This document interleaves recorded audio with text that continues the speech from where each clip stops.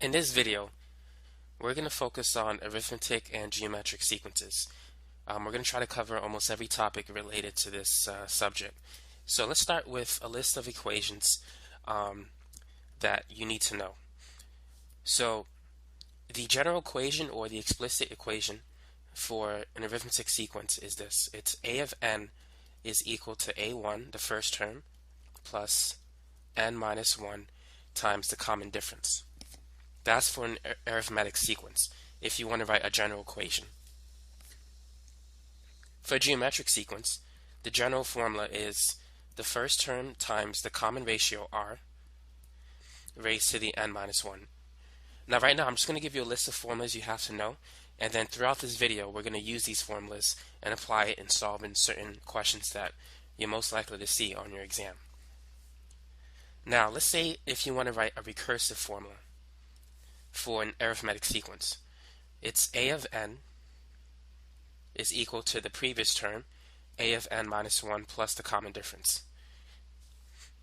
Likewise, for a geometric term, instead of a of n, you may see a of n plus 1 equals the common ratio r times the previous term, a of n. So this could be n or it could be n plus 1. If it's n, then this is going to be n minus 1. If this is n plus 1, then this is the previous term, n. And again, we'll talk about how to use those recursive equations later in this video. Now, let's say if you want to find the partial sum of an arithmetic sequence. To find the sum of an arithmetic sequence, it's going to be the first term plus the last term divided by 2 times the number of terms.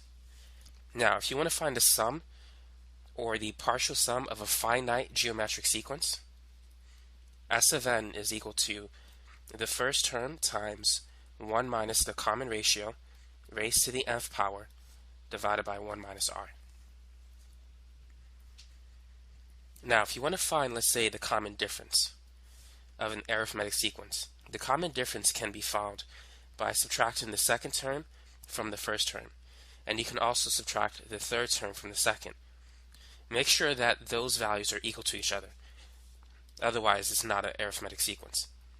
To find the common ratio, divide the second term by the first, and this has to be equal to the division of the third term by the second. If it is, then you have a geometric sequence. Now, sometimes you may have to find the common difference of a sequence if you don't have the successive terms. Here you have the successive terms, a of 2 and a of 1, then one term apart from each other. But let's say if you don't have successive terms, let's say if you have the first term and the fourth term. If you want to find a common difference, use this equation. It's going to be a of y minus a of x over y minus x. Now you probably haven't seen that equation before, but I'll show you how to apply that later. Likewise, for the common ratio, it's going to be r raised to the y minus x is equal to a of y over a of x. Now there's more equations I need to mention, but since I'm out of space, I'm going to have to change the page. Also, let's say if you want to find the sum of an infinite geometric sequence. It's simply the first term over 1 minus r. Now there's no such thing for an infinite arithmetic sequence, that it just doesn't apply. Now, if you want to find the arithmetic mean, it's simply the average of two numbers. You add two numbers and you divide by 2. If you want to find the geometric mean, it's the square root of the product of two numbers. Okay, so let's begin. Now, the first question that you might see might be a straightforward question, but I think it's still useful that we go over it. Let's say if you're given this equation, a of n is 2n plus 5, and they want you to write the first 4 terms. Now, you might know how to do this already, but here's what you need to do. If you want to find the first term, plug in 1 for n. So that gives you 7. If you want to find the second term, plug in 2 for n. And that gives you 9. As you can see, the common difference is 2. So the next term is going to be 11, and the fourth term is going to be 13. So try this example. Let's say if you have a of n, this is 1 over 3 raised to the n, and you want to find the first 4 terms. Go ahead and try that. For each example, try pausing the video and then see if you can do it yourself, and then unpause it to see if you got the right answer. So the first term is simply 1/3 raised to the first power, which is 1/3. A of 2 is 1/3 to the second power. So 1 squared is 1, 3 squared is 9, which is 3 times 3. A to the third, 1 to the third is 1, 3 to the third, that's 3 times 3 times 3, that's 27. And A to the fourth is going to be 1 over 81. So for this one, we have the values 7, 9, 11, and 13. Is this an arithmetic sequence or a geometric sequence? What would you say? Now notice that there's a common difference, which is 2. So this is an arithmetic sequence. Here, 1/3, 1, 9, 1 over 27. The common ratio is 1/3. 1 over 3 times 1 over 3 is 1 over 9. 1 over 9 times 1 over 3 is 1 over 27. So that's a geometric sequence. Try this one. Write the first 4 terms for this equation. And do the same for, well, I'll give you another one later. So let's say if you want to find the first term, plug in 1 for n. So this is going to be 1 over 3. If you want to find the second term, plug in 2 for n. So it's 2 over 4. And perhaps you can see the pattern at this point. The next one is going to be 3 over 5.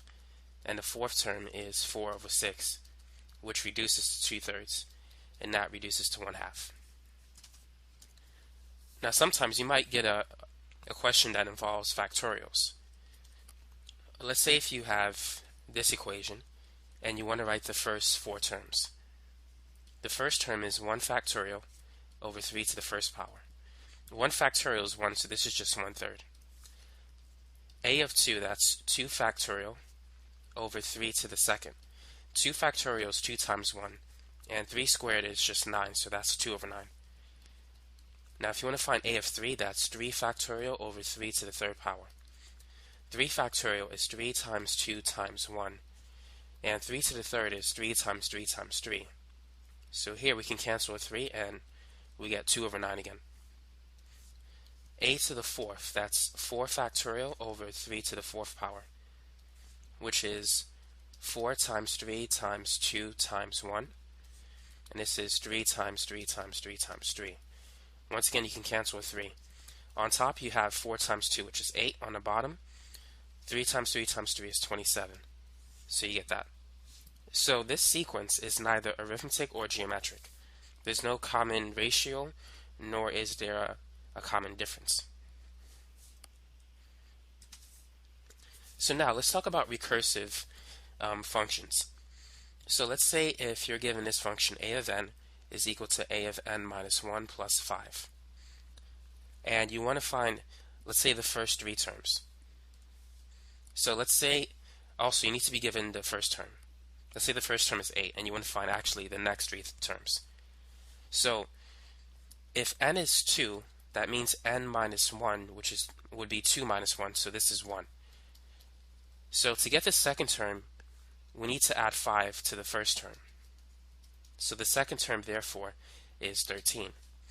Likewise, if you want to find the third term, we need to add 5 to the second term. And that's what a recursive function is. Basically, you have to use the previous term to get the next term. So this is going to be, the second term is 13. So this is 13 plus 5, and that gives us 18. So if you want to find the fourth term, you got to take the third term, add 5 to it. The third term is this one. So 18 plus 5, the fourth term now is 23. So notice that this is an arithmetic sequence. The first term we said was 8, the next term is 13, and then 18, and then 23. The common difference is 5. The general equation for a recursive formula for an arithmetic sequence, we said it was a of n is equal to a of n minus 1 plus the common difference, which we can see that we have that equation right here. Now what about this one? Let's say you have a of n plus 1 is equal to 2 times a of n.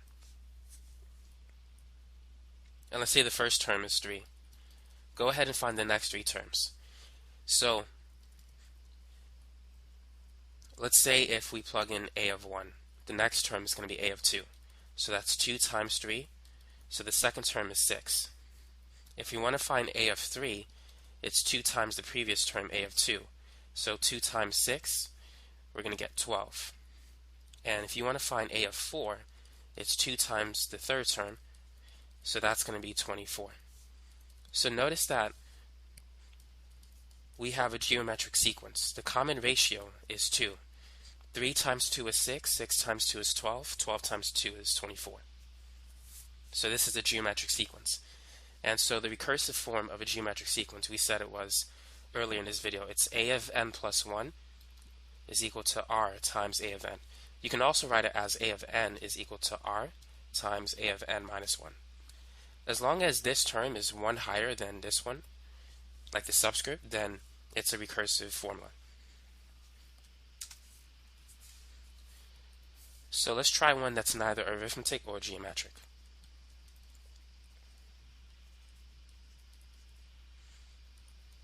So go ahead and find the next 3 terms if the first term is 3. So first, what you should do is plug in 2 for n. a of 2 is equal to 3 times a of 1 minus 5. After you write the equation, then plug in 3 for a of 1. So 3 times 3 minus 5. That's 9 minus 5, so that's 4. So next, you need to look for the next term, a of 3, which is 3 times a of 2 minus 5. And take this number, plug it in for a of 2. So that's 12 minus 5, you get 7. So now we can find a of 4, which is 3 times a of 3, which is that answer. So that's 3 times 7 minus 5. So that's 21 minus 5, which is 16. And that's how you can find the next successive terms using a recursively defined sequence or function.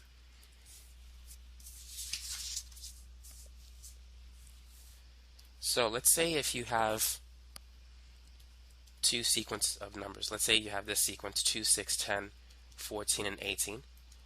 And you have another one 2, 6, 18, and 54. Which one is arithmetic and which one is geometric?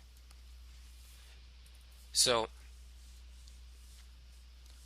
on the left, let's see if there's a common difference. To find a common difference, it's the second term minus the first term.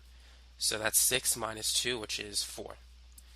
Now, just to confirm it, subtract the third term by the second term. So 10 minus 6, that's 4. Because these are the same, we know it's an arithmetic sequence. The common difference is 4. Now, geometric sequence doesn't have a common difference. It has a common ratio. As you can see, 6 minus 2 is 4, and 18 minus 6 is 12. So there's no common difference in this sequence. But there is a common ratio. If you take the second term divided by the first term, that's 6 over 2, that's 3. And if you take the third term and divide it by the second, which is 18 divided by 6, it's also 3. So the fact that the second term, the second sequence, has a common ratio tells us that it is indeed a geometric sequence. But now, how can we write a general equation for this arithmetic sequence? To write a general equation, you need to use this formula. A of n is equal to the first term plus n minus 1 times the common difference. So all you need to replace is the first term, which is 2, and the common difference, which in this case is 4. And we're going to distribute the 4. So we have 2 plus 4n minus 4. So the general equation, therefore, is 4n minus 2. So let's say if we want to find the 20th term of this arithmetic sequence. At this point, we just got to plug in 20 for n. So 4 times 20 minus 2, that's 80 minus 2, so it's 78. So if you keep adding 4, like 20 times, you'll end up at 78. So now, what about a general formula for this geometric sequence? The equation that you want to use is a of n is equal to a of 1 times r raised to the n minus 1. So the first term is 2. The common ratio, we said, is 3 raised to the n minus 1. So that's the general formula for that geometric sequence. And let's say if you want to find the 8th term of the sequence. It's 2 times 3 raised to the 8 minus 1, or 7.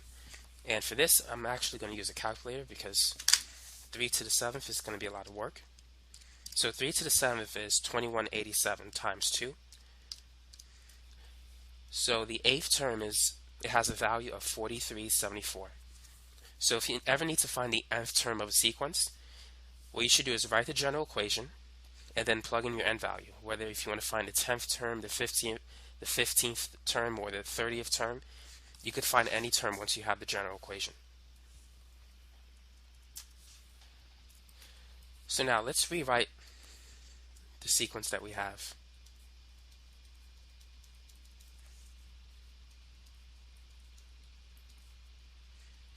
So what we did before, we just wrote the general equation, also known as the explicit equation. But now let's say if we want to find or write a recursive equation for this arithmetic and geometric sequence. How would you do it?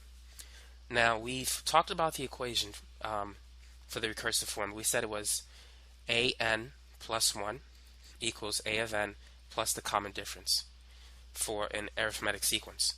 So all you got to do is just replace the common difference, which is 4. And this is your recursive formula that explains this pattern of numbers. So if you want to find the second term from the first term, you just got to add 4 to it.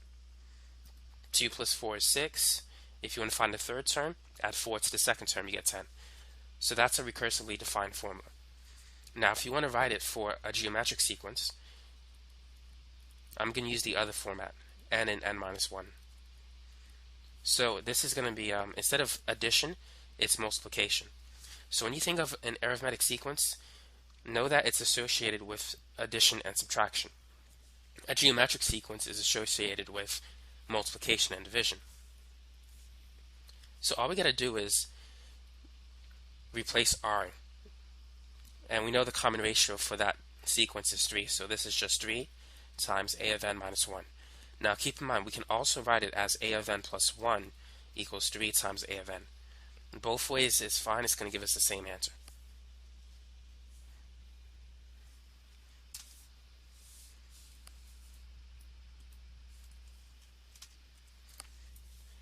Now let's say if you have a fraction, 3 over 4, or a sequence of fractions, 5 over 8, 7 over 12, and 9 over 24. Now how would you write a general formula that explains this sequence of numbers? And also, how would you find the 12th term for this sequence? Now you might be thinking, well, how do we do this? Is this an arithmetic sequence or is it a geometric sequence? Now when you have a fraction, separate the numerator from the denominator. If you look at the numbers on top, it's 3, 5, 7, and 9. Notice that the common difference is 2. So that's an arithmetic sequence. So you want to write a separate formula just for that pattern of numbers. So using the general equation, which is this, let's replace the first term, a of 1, and the common difference. So the first term is 3 and the common difference is 2. So after we distribute the 2, we're going to have 2n, and 3 plus negative 2 is just 1. So 2n plus 1 describes this pattern of numbers. If you plug in 1, 2 times 1 is 2, plus 1 we get 3. Let's say if you want to find the fourth term, if you plug in 4, 2 times 4 is 8, plus 1 gives us the fourth term, 9. So make sure your equation works. As soon as you get it, make sure it explains the pattern of numbers that you see there. So now, let's look at the sequence of the denominator. We see 4, 8,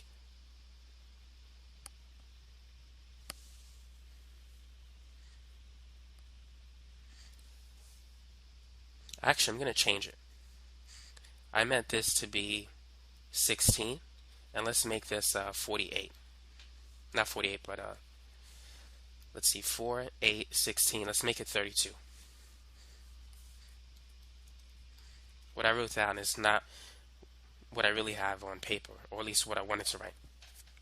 So let's say if that was 7 over 16 and 9 over 32. What kind of sequence do we have? Is it arithmetic or geometric? Notice that it's geometric. The common ratio is 2. 4 times 2 is 8, 8 times 2 is 16, 16 times 2 is 32. So we're going to use this equation to explain that sequence. So the first term is 4, the common ratio is 2, and that's it. So let's say if you want to find the fourth term, it's 4 times 2 raised to the 4 minus 1, or 3. 2 to the third is 8. 8 times 4 is 32. So now, if we want to write a general equation that explains these fraction of numbers, it's going to be a of n is equal to what we have on top, the 2n plus 1, that's for the numerator, and what we have on the bottom for the denominator, 4 times 2 raised to the n minus 1. So if we plug in 4, 2 times 4 plus 1 is going to give us 9 on top, and we've already plugged in 4 here, so that will give us 32. So now to find the 12th term, plug in 12 for n. So 2 times 12 plus 1 over 4 times 2 raised to the 12 minus 1. 2 times 12 is 24, plus 1, that's 25. And 2 raised to the 11th power is 2048 times 4. That gives us 8192. So this is the 12th term. Now let's say if you want to write a general formula for this. Let's say it's 1, 4 over 8, 9 over 27, and 16 over 64. How would you do it? Again, separate the numerator from the denominator. So the numerator, we see 1, 4, 9, 16, and so forth. And for the denominator, it's 1, 8, 27, and 64. Because sometimes you'll get a sequence of numbers that is neither arithmetic or geometric. Notice that 1, 4, 9, and 16 are perfect squares. And so you might see a question like that on the test, so look out for perfect squares. So therefore, this is basically k squared. If you plug in 1 for k, you get 1 squared is 1. If you plug in 3, 3 squared is 9. If you plug in 4, 4 squared is 16. You can also write it as n squared if you want. Now on the bottom, we have perfect cubes. 2 to the third is 8, 3 to the third is 27, 4 to the third is 64. So what we have here then is n squared over n cubed, which really simplifies to 1 over n. If we simplify this, numbers is 1, 1 over 2, 1 over 3, and 1 over 4, which is 1 over n. So watch out for if you see a pattern of numbers where you have a perfect square or a perfect cube. This one is relatively easy to identify. Notice that to go from 1 to 4, you have to add 3. And to go from 4 to 9, you have to add 5. To go from 9 to 16, you add 7. If you see that, generally, you're going to have some sort of n squared in that pattern of numbers. But let's move on. So let's say if the first term is 8 and the fourth term is 29. How can you find the 17th term given those two other terms? What is the value of the 17th term? Now feel free to pause the video and try that problem yourself. We can find the value of any term if we know what the equation is.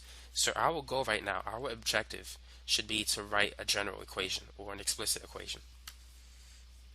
So to go from a1 to a of 2, we need to add the common difference. By the way, let's assume this is an arithmetic sequence. Let's say the problem told you that it was arithmetic and not geometric. Notice that to go from the first term to the fourth term, we need to add 3 common differences. So therefore, a of 1 plus 3d is equal to a of 4. So the first term is 8, and the fourth term is 29. So 29 minus 8, that's 24. And if we divide 24 by 3, we get 8. So the first term is 8. The second term, if you add 8 to it, is 16. Wait, hold on. Something is... No. I made a math error. 29 minus 8 is not 24, it's 21. So the difference is 7. So now if we write out the sequence of numbers, the first term is 8, the next term is 8 plus 7, which is 15, the next term is 22, and the next term is 29. As we can see, it fits the sequence, so the common difference is indeed 7.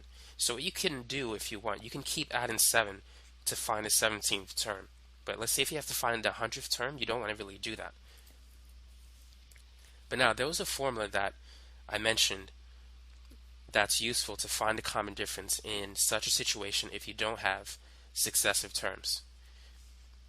Now, you can generate a formula like this if you want.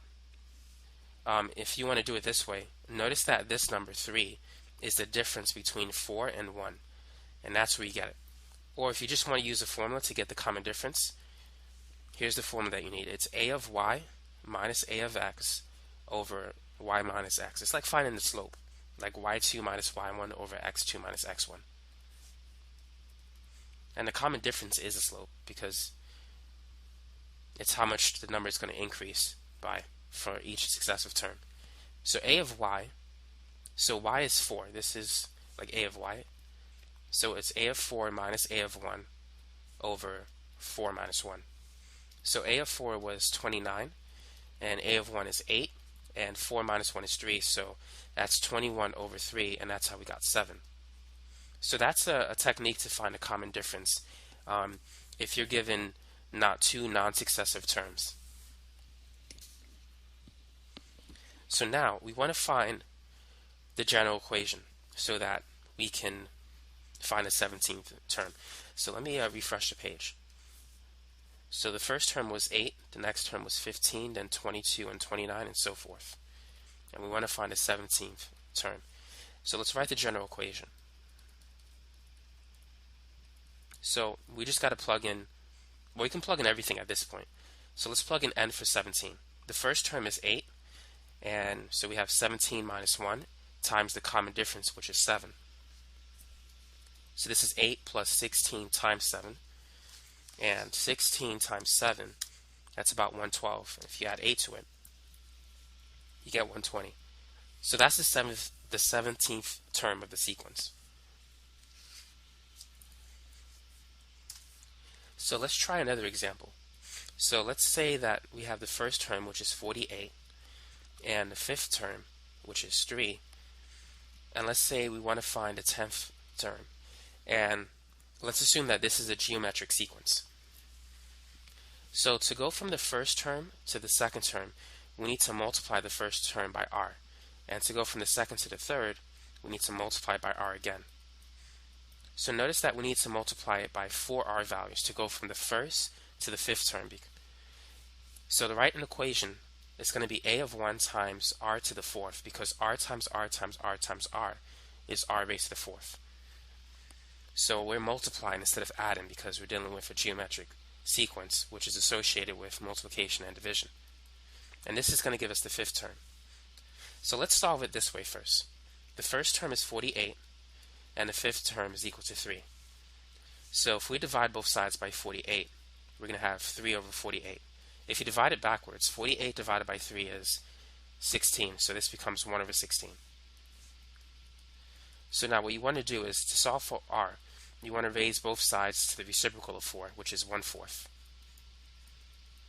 So 4 times 1/4, they cancel, and you just get 1.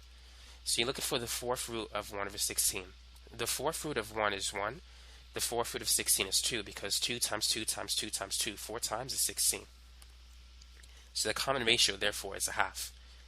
Now, another way you can find a common ratio, if you don't feel like designing this equation, you can use this equation too.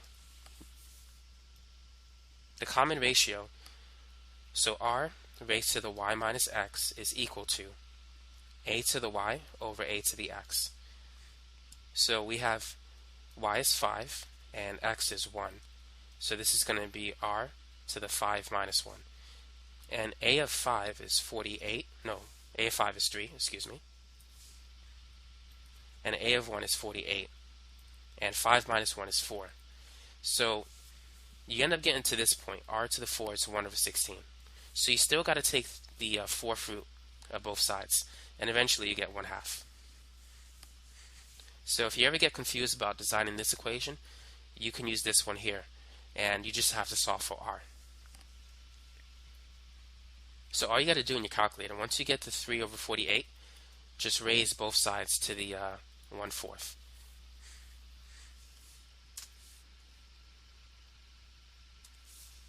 You can also see the equation like this if you want to get r directly. It's a to the y over ax raised to the 1 over y minus x. So in that last example, it was 3 over 48, and actually I meant to write a sub y and a sub x rather than a raised to the y.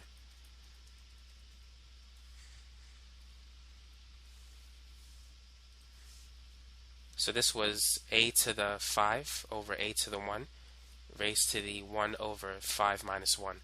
So this would be 1 over 4. And you could just type that in your calculator and you can get r directly. So that's going to be 1 over 16 raised to the 1/4. You'll get 1/2 if you type it in just the way you see it. So this equation here can give you r directly without having to solve for r. You just type what you see in a calculator and you'll get the answer directly. Okay, but let's continue what we have. So the first term was 48, and the common ratio was 1/2. So to find the next term, half of 48 is 24, and half of 24 is 12, half of 12 is 6, half of 6 is 3, and this is the fifth term. So our goal is to find a 10th term. So we can continue the pattern, but let's use an equation to get the answer. So starting with our general equation for a geometric sequence, we're going to plug in 10 for n. The first term is 48, the common ratio is 1/2, and 10 minus 1 is 9. So it's 48 divided by 2 raised to the 9th power. And you could just type that in your calculator.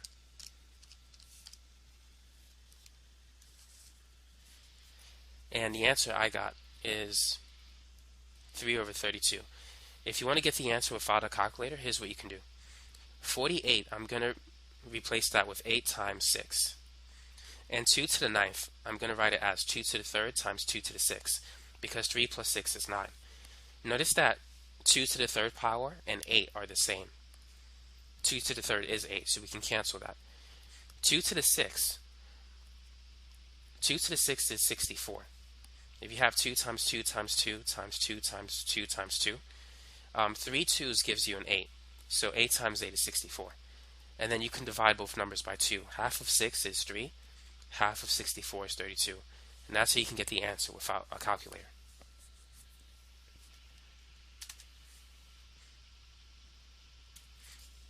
So now let's talk about the difference between an arithmetic mean and a geometric mean. So let's say if we have this arithmetic sequence, 3, 7, 11, 15, and 19. And we also have a geometric sequence, 2, 6, 18, 54, and 162. So the equation for the arithmetic mean, it's a plus b divided by 2. So let's say if you want to find the arithmetic mean of 3 and 11, you're going to get the number in between 3 and 11, which is 7. So 3 plus 11 divided by 2, that's 14 over 2, which is 7. Likewise, if you want to find the arithmetic mean between 3 and 19, you're going to get the number in the sequence between 3 and 19, which is 11. 3 plus 19 over 2. So 3 plus 19 is 22. Half of that is 11. If you want to find the arithmetic mean between 11 and 19, you're going to get 15. So 11 plus 19 divided by 2, that's 30, and half of 30 is 15. Likewise, for a geometric mean, if you want to find the geometric mean between 2 and 18, you should get the number in the middle, which is 6. So the square root of 2 times 18, oh, by the way, the equation is the square root of a times b. So 2 times 18 is 36, and the square root of 36 is 6. So if you want to find the geometric mean between 2 and 162, it's 2 times 162, which is 324. And I'm going to type that in. So the square root of 324 is the number in between, 18. So likewise, the geometric mean between 18 and 162 is going to be 54. And that's the idea behind the arithmetic mean and a geometric mean. But if you ever have to find it, just plug it into the formula and you get the answer. But Now you understand where it comes from.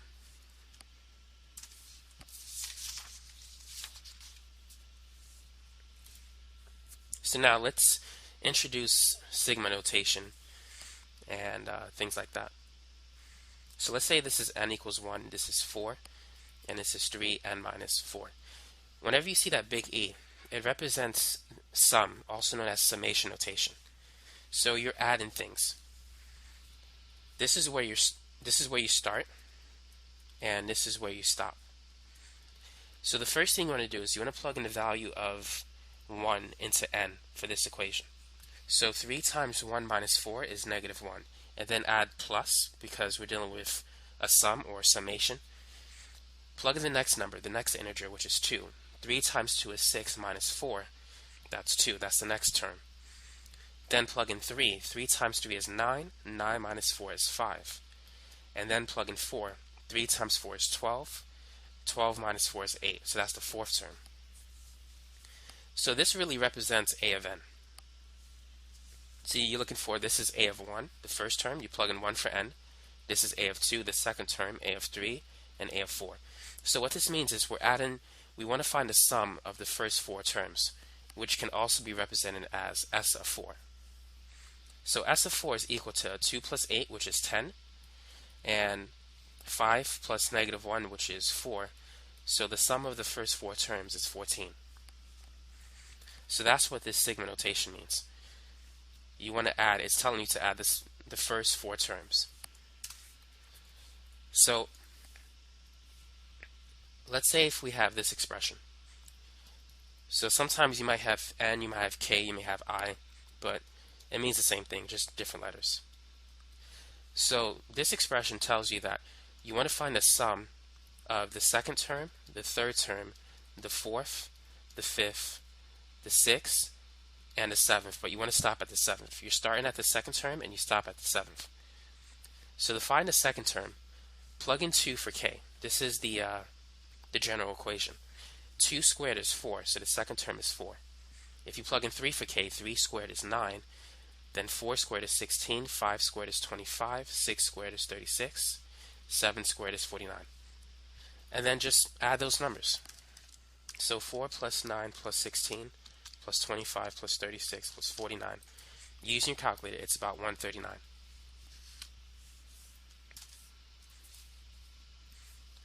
So let's try another problem. So let's say this is 7, and here we have I is equal to 0, and we have 2 raised to the I. So let's plug in 0. 2 to the 0th power is 1. Anything to the 0 power is 1. 2 to the first power is 2. 2 to the second power is 4. 2 to the third power is 8. That's the fourth term. 2 to the... It's the fourth term, but I is equal to 3 in that case. 2 to the fourth power is 16. 2 to the fifth power is 32. 2 to the sixth power is 64. And 2 to the seventh power is 128.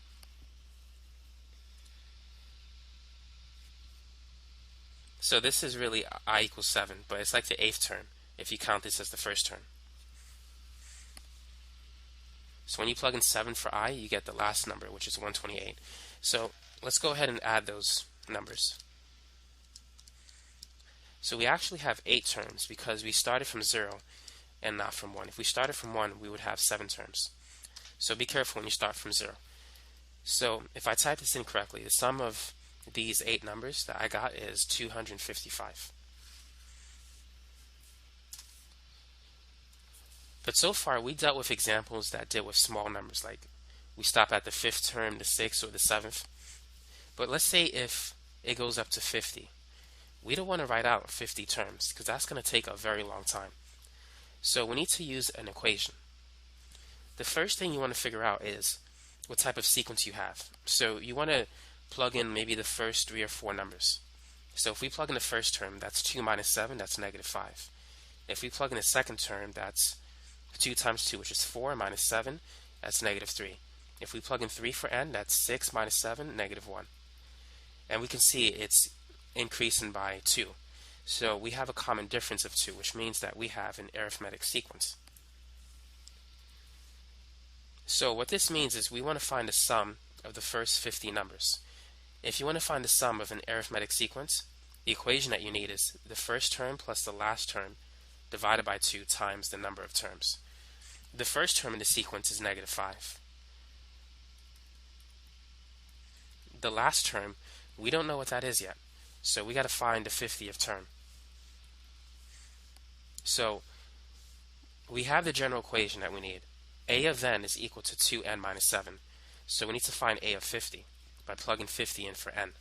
So 2 times 50 minus 7, that's like 100 minus 7, which is 93. So the 50th term is 93.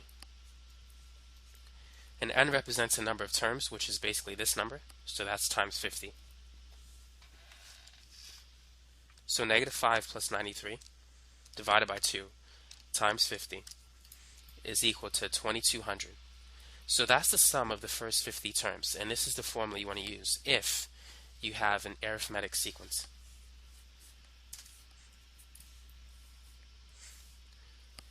So let's say if you have this arithmetic sequence, 21, 17, 13, 9.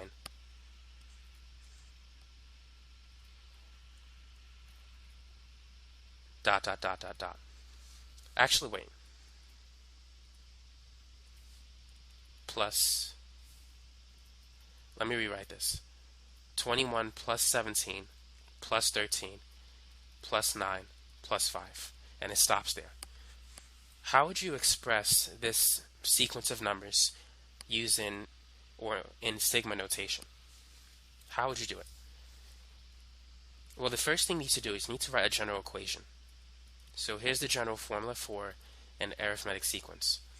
The first term is 21, and the common difference we can see is negative 4 because the numbers are decreasing by 4. So this is going to simplify to negative 4n. That's 21 plus 4 if we distribute the negative 4, so that's 25. So if you want to write the summation notation or this expression is sigma notation, the first term is 1, and we're going to stop at the 5th term because we have a total of 5 terms. That's the first, second, third, fourth, 5th term. So we're going to stop at 5. And then all you got to do is take this equation and put it here. So I'm going to write it backwards, 25 minus 4n. So that's how we can express these 5 numbers using sigma notation. And if we want to find the sum of those 5 numbers, just put that in a calculator, add those 5 numbers up. And that would represent S of 5. But let's say if you want to find S of 30, you don't want to write out 30 terms. So we want to use the formula. Before we can use it though, we got to find the 30th term using this equation. So that's going to be negative 4 times 30 plus 25. So that's negative 120 plus 25, which is negative 95. So using the equation, it's a of 1 plus a of n over 2 times n. So the first term is basically this one, that's 21. The 30th term, which we got here, that's negative 95 over 2 times the number of terms, which is 30. So what we have is 21 minus 95, which is negative 74. Divide that by 2. You get negative 37 and multiply that by 30. So the sum of the first 30 terms is negative 1110.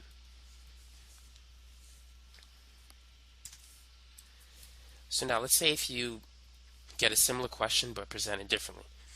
So let's say if the first term is 5 and the fourth term is 14,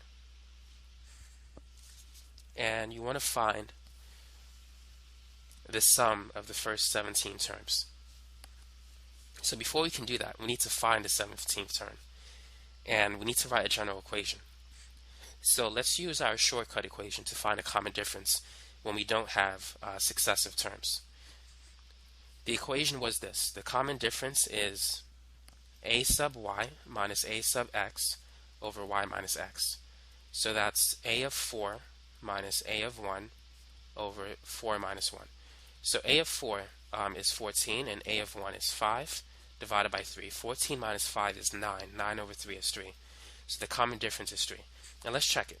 If the first term is 5, if we add 3, the next term is 8. then the next term is 11, and then fourth term is 14. So it works because the fourth term is 14 if we start from the first term. So now that we have the common difference, let's write the general equation, which is a of n is equal to the first term, which is 5, plus n minus 1 times the common difference, which is 3. So now we can find the 17th term by plugging in 17 for n. So 17 minus 1 is 16, and 16 times 3 is 48. Add that to 5. The 17th term is 53.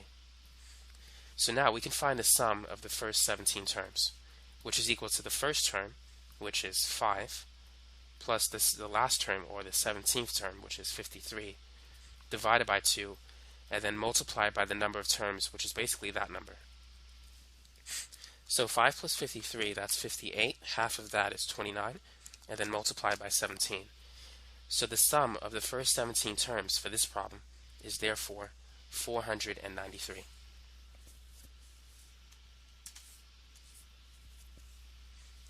So now let's say if we have a geometric sequence, 3 plus 6 plus 12 plus 24. And the first thing we want to do is we want to express this sequence using summation notation. So the fact that we have 4 terms, this is going to be 4. And we're going to start from n equals 1. So we need to write a general equation. For a geometric sequence, this is the general equation. The first term is 3. The common ratio, we can find that by dividing the second term and the first term. 6 divided by 3 is 2, and 12 divided by 6 is 2. So the common ratio is 2. And so that's our general equation. So it's 3 times 2 raised to the n minus 1. And that's how we can express it in sigma notation. If you want to find s of 4, the quickest way is just to add these 4 numbers. And that's going to be, let's see, 12 and 24 is 36. Plus 6 is 42, plus 3, that's 45. But now, let's say if you want to find s of 12, the sum of the first 12 terms. The equation that you want to use, s of n, is the first term times 1 minus r raised to the n over 1 minus r. So the first term is this number, is 3. And the common ratio is 2, which is raised to the 12th power, over 1 minus r, which is 1 minus 2. So what I would do is just type that in the calculator.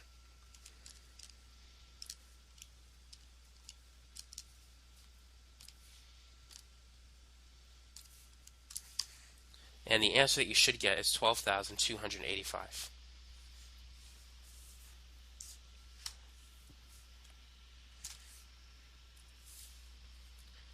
So let's say if you have another geometric sequence, which looks like this. 6 minus 3 plus 3 over 2 minus 3 over 4. And let's say if you want to express that in sigma notation. So we only want 4 terms, so n is, well, that's going to be 4. And we need to write the general equation. The first term is 6. Now what is the common ratio? To find the common ratio, take the second term divided by the first, so it's negative a half. And if you take the third term and divide it by the second, if you multiply top and bottom by 2, here the 2's cancel, you get 3 on top. And on the bottom, this is negative 6, which reduces to negative a half. So we can clearly see that the common ratio is negative a half. And that's the general equation. So that's how you can write that in sigma notation. Now let's say if you have the same pattern of numbers, but let's say if it doesn't end. Let's say if it goes on forever. Then the sigma notation, it changes. But only this part changed because it didn't stop at 4 terms. It's not a finite sequence. It is now an infinite sequence because it goes on forever. So you put infinity on top. But the equation is still going to be the same because we're dealing with the same sequence. It goes on forever.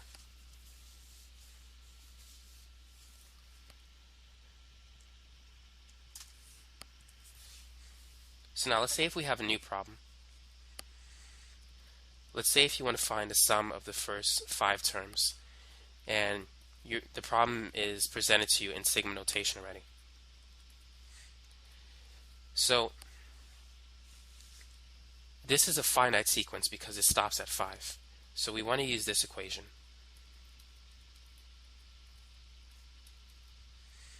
To find the first term, plug in 1 for n. So it's 7 times 2 over 3 raised to the 1 minus 1. So that's 2 over 3 raised to 0. Anything raised to 0 power is 1.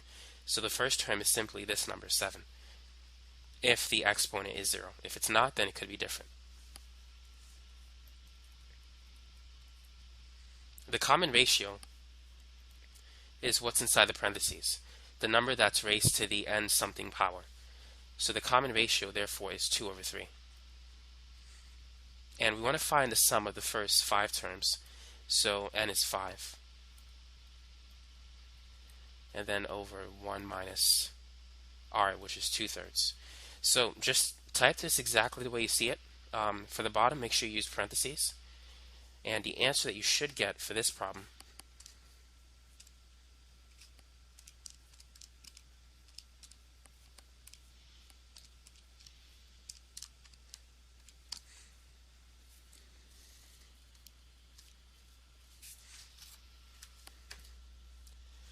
I got 1477 over 81, or as a decimal, 18.23.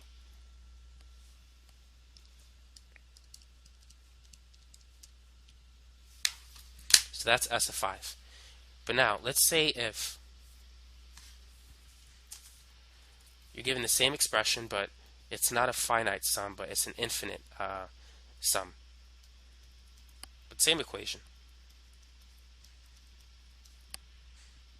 If it's an infinite geometric sequence, then the sum is simply the first term divided by 1 minus r. And this only works if the absolute value of r is less than 1, or if r is between 1 and negative 1. And which it is, r is 2 over 3, which is 0.67 as a decimal. So it's going to work. This sequence or series is going to converge to a specific value. At least the sum is going to converge. The first term we already know it's 7, and the common ratio is 2 over 3. Now for this one, we can do this without a calculator. Now what you want to do is multiply top and bottom by the denominator of that mini fraction. So multiply by 3. On top, what we have is 21. And on the bottom, let's distribute the 3. 3 times 1 is 3. And 3 times 2/3, the 3's cancel. You just get 2.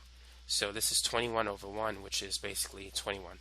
So that's the sum for that geometric sequence. So let's try another one. So let's say if you want to find the sum of this sequence. So it's going to equal a1 over 1 minus r. So let's find the first term by plugging in 1. This is 3 times 0.2 raised to the 1. So the first term is 3 times 2 is 6. So 3 times 0.2 is 0.6. And then this is 1 minus 0.2. So that's 0.6 over 0.8, which is the same as 6 over 8 if you multiply by 10, top and bottom. And then if you divide both numbers by 2, you get 3 over 4. So that's the sum for that infinite geometric sequence.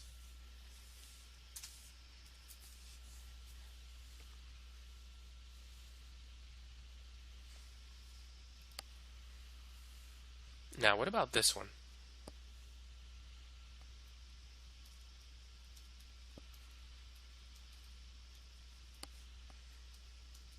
Now, notice that this sequence, the sum, does not converge because r is greater than 1.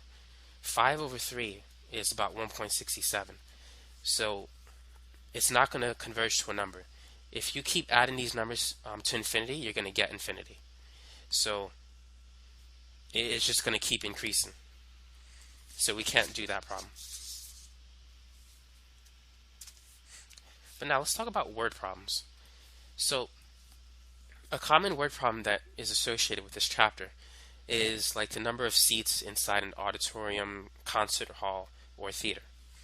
So let's say if in the first row there are 21 seats, and in the second row there's 24 seats, in the third row there's 27, and the number of seats increases by 3 each row.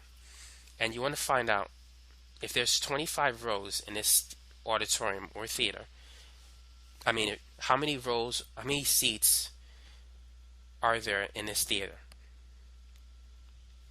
If there's 25 rows and the first row has 21 seats and each successive row has 3 additional seats. So what I would do is write the pattern of numbers that you see: 21 plus 24 plus 27. This is the first term, and you want to add it up to the last term, which is the 25th term. So basically, you want to find the sum of the first 25 terms. And for this type of problem, it's an arithmetic sequence because the common difference is 3. So what you need to do first is you need to write a general equation. So a of n is equal to the first term, 21, plus n minus 1 times the common difference. Then you want to use that to find the 25th term by plugging in 25 for n. So 25 minus 1 is 24, and 24 times 3, I believe that's 72. So 72 plus 21, that's 93. So now that we have the 25th term, we could find a sum of the first 25 terms. So using this equation. So the first term is 21. The last term of the sequence is 93 divided by 2 times the number of terms, which is this number, 25. So 21 plus 93, that's 114. Half of that is 57. And if you times that by 25, the total number of seats in this auditorium is 1425. Now there's another question where it's like the number of logs. Let's say this is the cross section of a log. Now in the first row you have 3 logs. In the second row you have 5 logs. In the third row you have 7 logs. And let's say there's 12 rows in total. How many logs do you have? So first write out your sequence of numbers: 3 plus 5 plus 7. This is the first term. And we're looking for the 12th term. Now because 12 is not that big, we can keep writing this unto 12, but we'll solve it with the equation. Actually, let's do this the easy way. So the next term is going to be 9, then 11, then 13, so that's the 6th term, 7th, 8th, 9th, 10, 11, 12. Because 12 is not that big, it's easier if we write it out, actually. So let's go ahead and add those numbers.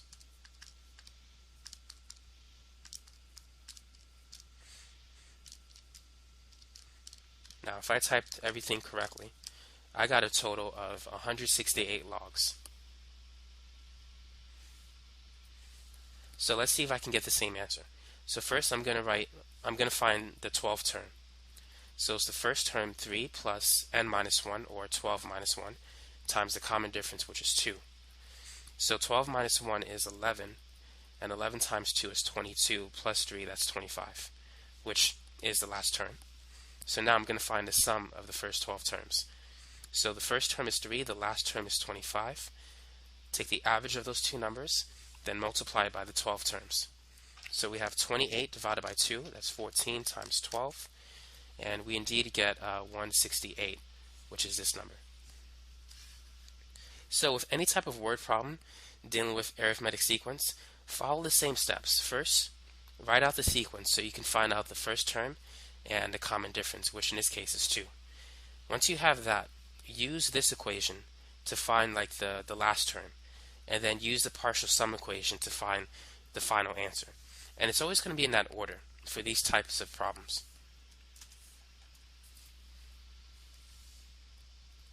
Now, a common word problem that you might see with geometric sequence is like population growth. Let's say if the initial population is 10,000 in a certain city, and let's say every year the population increases by 2%. So what you want to do is write a geometric equation. A of n is equal to a of 1 times 1 minus r raised to the 1 I messed that up, times r raised to the n minus 1. The first term is 10,000. That's the initial population. R is how much it increases by every year. Now, 2% of 10,000, that's like 10,000 times 0.02, that's 200. So after the first year, the total population is 10,200. So 10,000 times what number r gives you 10,200. If you divide 10,200 by 10,000, you get 1.02. So basically, if it's 2%, add 1 plus 0.02, which is 2%, and that gives you the number that should goes in here, or that should be replaced with r. So the equation is 10,000, 1.02 raised to the n minus 1. So if you want to find the population after, let's say, 10 years, just plug in 10 for n. So that's going to be 9. So 10,000 times 1.02 raised to the 9th power. So after 9 years, the population should therefore be 11,951.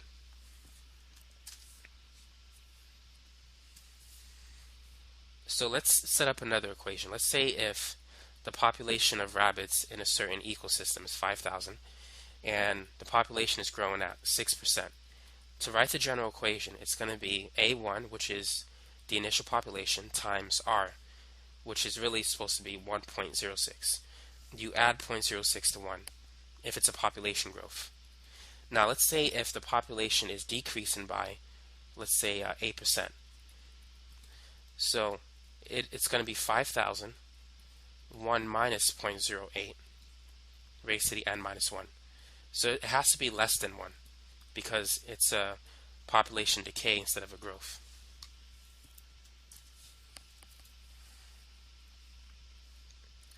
Now the next thing I want to talk about is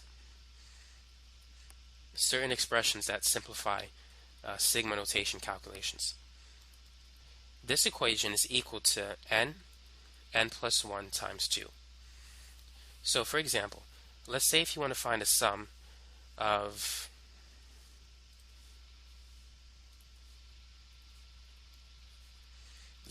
the first 5 terms.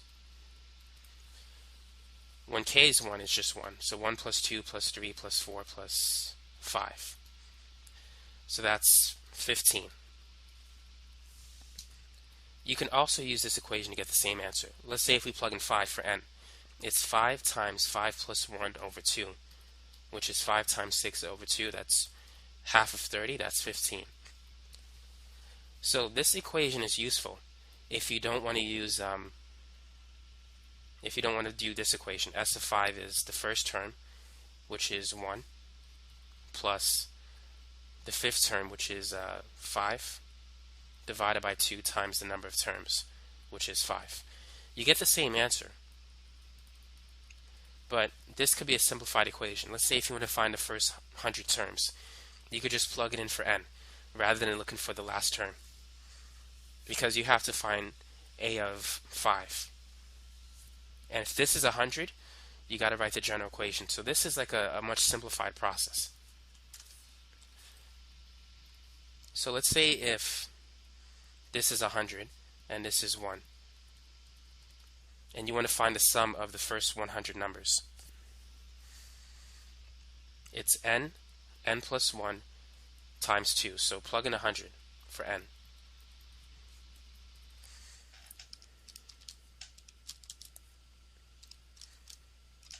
And you get 5,050. So keep in mind, you can still use this equation because it's an arithmetic sequence.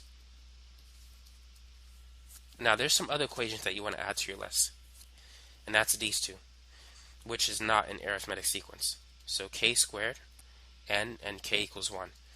This equation simplifies to this answer.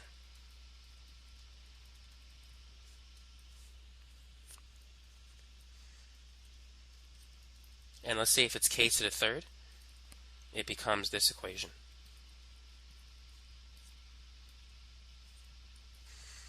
Okay, so let's try some problems. So let's say if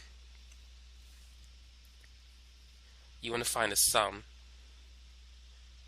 of the first 30 terms for 2n. What I would do is move the constant to the front, and then find the first 30 terms of just n. So using the formula, it's 2 times n plus 1 over 2. So these 2's, they cancel. So plug in n, which is this number, the 30.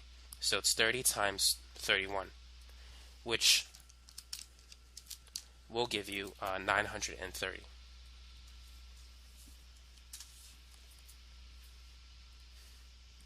So now let's say if you want to find the sum of the first 10 terms for k squared. You can plug in 1 squared plus 2 squared plus 3 squared plus 4 squared plus 5 squared plus 6 squared, which I'm going to type that in the calculator just to see what it equals. And if you go all the way to 7 squared,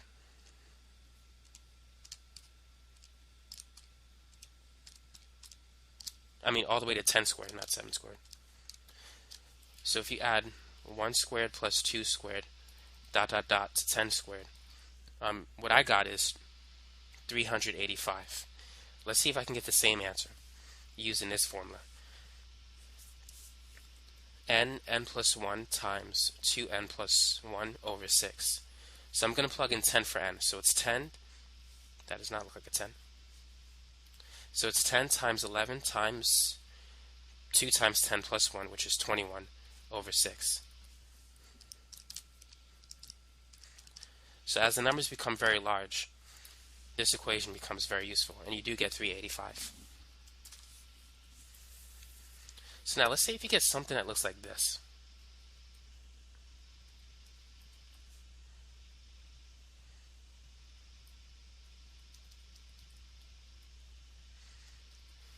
What do?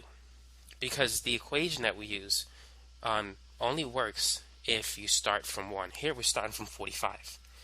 So feel free to pause the video and think about what you would do in this circumstance to use that equation to get the answer. What you need to do is break this down into 2 sigma notations. The first one has to go from 1 to 80. For you to use that equation, the start must be at 1. The second one also has to start from 1, but it should stop at 44. You see, this part right here represents the sum of the first 80 terms. So that's like 80, let me rewrite that. That's like a of 80 plus a of 79 plus all the way to a of 1. And here what we're going to do is this represents the sum of the first 44 terms. So this is like minus a44 minus a43 all the way to a of 1. So somewhere along the line we have a of 45, and let me write it in red though. So somewhere on this side we have a of 45 and a of 44. So the first 44 terms will cancel with these 44 terms, giving us a of 80 up to a of 45. And that's how we can find this term, by breaking it down into 2 summation notations. And since I'm out of space, let me rewrite this but smaller so we can actually do the problem.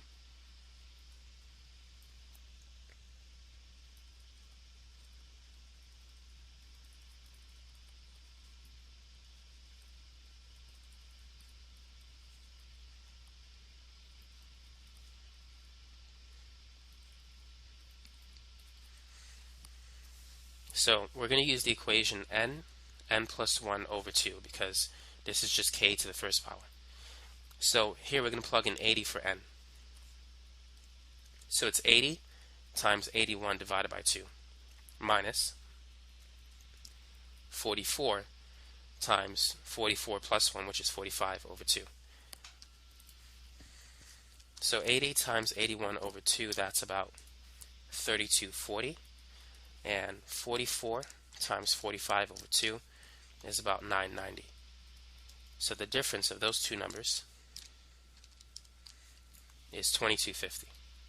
So that's what you can do for a problem like that. So here's a challenge problem.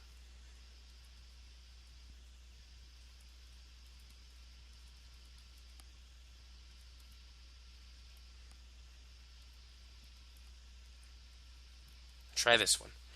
So this expression, we need to break it down into 2 expressions. So it's going to be the sum from 20 to 1, that's the total, minus the sum from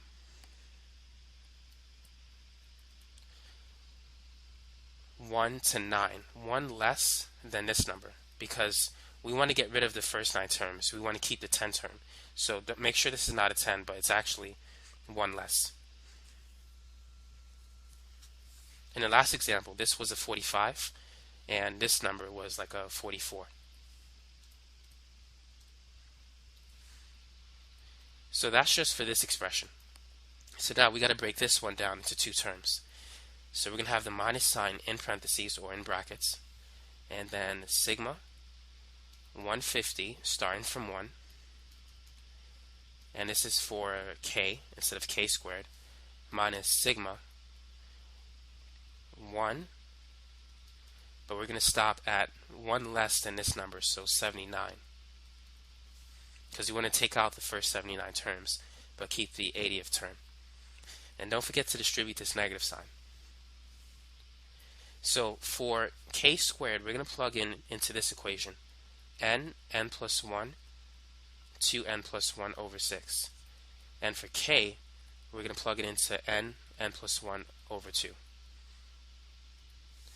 So this is going to be 20 times 21, and 2 times 20 is 40, plus 1, that's 41, divided by 6, minus 9 times 10, 9 times 2 is 18, plus 1, that's 19, over 2.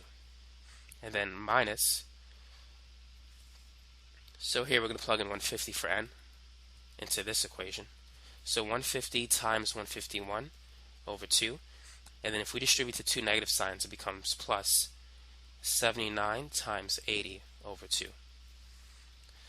So let's get the answer for each one. So 20 times 21 times 41 over 6 is equal to 2870 minus 9 times 10 times 19 over 2. That's 855 minus 150 times 151 divided by 2. So that's 11,325. That's very big.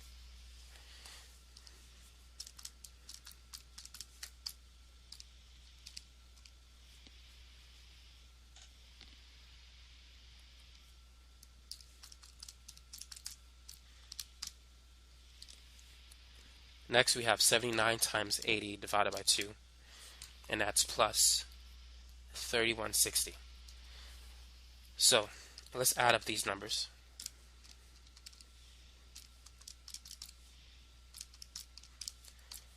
If my math is correct, I got negative 6150. So that's it for those type of problems. The last thing I do want to mention, sometimes you may get word problems like, what's the sum of the first 100 positive integers? Let's start with that. What you should do with every word problem, make a list of what you have. The sum of the first 100 positive integers is like 1 plus 2 plus 3, dot, dot, dot, all the way to 100. Which, if we express that in sigma notation, that's like just k and 100, which we can plug it into this equation and get the answer. So now let's say if you want to find the sum of the first 50 positive even integers. What you want to do is write a sequence. So the first even integer is a 2, the next even integer is a 4, and then a 6. This is the first term, this is the second, and you want to stop at the 50th term. But we don't know what the 50th term is, so we're going to use this equation to figure it out. So the 50th term is therefore the first term, which is 2, plus the number of terms, 50 minus 1, and the common difference is 2. So that's 49 times 2, which is 98 plus 2. So the 50th term turns out to be 100. So then use this equation. Find S of 50, which is the first term plus the last term divided by 2 times the number of terms. So if you get questions like that, write out the sequence first and then use the appropriate formula. So that's pretty much it for this video. That concludes arithmetic and geometric sequences. So you pretty much know everything that you need to know for your next test. If I missed a topic, just add it to the list of stuff that you already know. So that's it. Thanks for watching this video and have a great day.